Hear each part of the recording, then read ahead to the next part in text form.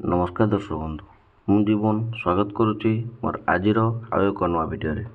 तो दर्शक बंधु जो भाई भाई मैंने आमर देते दशम परीक्षा और मेट्रिक रिजल्ट आप जहाँ कहते तो मेट्रिक परीक्षा गोटे बहुत बड़ा घोषणा आपको कहुई कि जहाँकि आपणकर धार्य हो कि आपणकर मेट्रिक रिजल्ट के बाहर और समस्त चाहिए बसले कि मेट्रिक रिजल्ट आपणकर कौन दिन बाहर बोली तो सरकार तरफ गोटे बहुत बड़ा घोषणा कराई। तो से विषय में आपको टोटाल डिटेल्स भाव जनइबी आज भिडियो माध्यम। जदि आपड़ी को प्रथम थर पर विजिट कर तो भिडियो को लाइक करने सहित चैनल टी को सब्सक्राइब करने जमा भी भूलुनि। तो दर्शक बंधु किसी दिन पूर्व आप मेट्रिक परीक्षा स्टार्ट होता और मेट्रिक परीक्षा सरी सारापर मार्च 19 रु आपणकर खाता देखा आरंभ होता।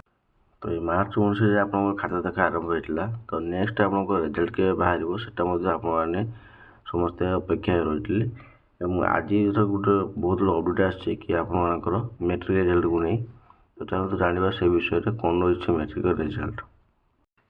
तो दर्शक बंधु देखो ये आप लिखाई आपणकर कि सरला खाता देखा यही दिन बाहर मेट्रिक रिजल्ट। ठीक अच्छे मैंने आप रिजल्ट के बाहर कहुई तारीख है घोषणा कले बोर्ड सभापति बोर्डर जो मुख्य सभापति अच्छे से तारीख घोषणा कर देखु के बाहर आप रिजल्ट। चलित वर्ष मेट्रिक परीक्षा को नहीं बहुत बड़ अपडेट सामना को आसी मे मसरे प्रथम कि द्वितीय सप्ताह मेट्रिक रिजल्ट प्रकाश पाए बोली बोर्ड सभापति श्रीकांत तराई सूचना देते। यह रिजल्ट प्रकाश पाइबा पर संगे संगे छात्र छात्री मैंने सर्टिफिकेट पाइपर जहाँकि देखो आप गोटे बहुत बड़ा अपडेट कि आपंकर मे मसरे आप रिजल्ट बाहर जाऊँगी।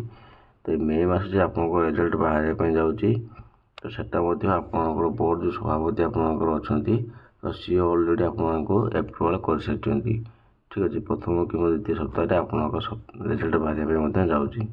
तेबे आज मेट्रिक परीक्षा खाता मूल्यांकन प्रक्रिया संपूर्ण होती मार्च 19 तारिख आरंभ होता खाता देखा प्रक्रिया एप्रिल 2 पर्यंत चलता।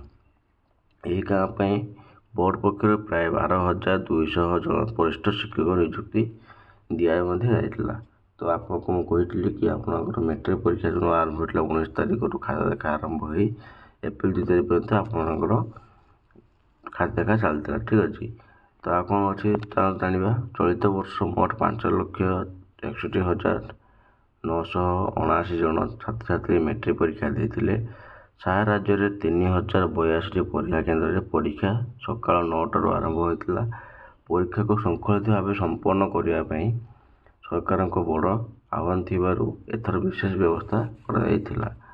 तो समस्त परीक्षा केन्द्र नोडाल सेंटर गुड़िकर सीसीटीवी सर्विलांस अधीन रखा और कंट्रोल रूम स्वतंत्र भाव मॉनिटरिंग कर 1364 केन्द्र लाइव स्ट्रीमिंग व्यवस्था होता।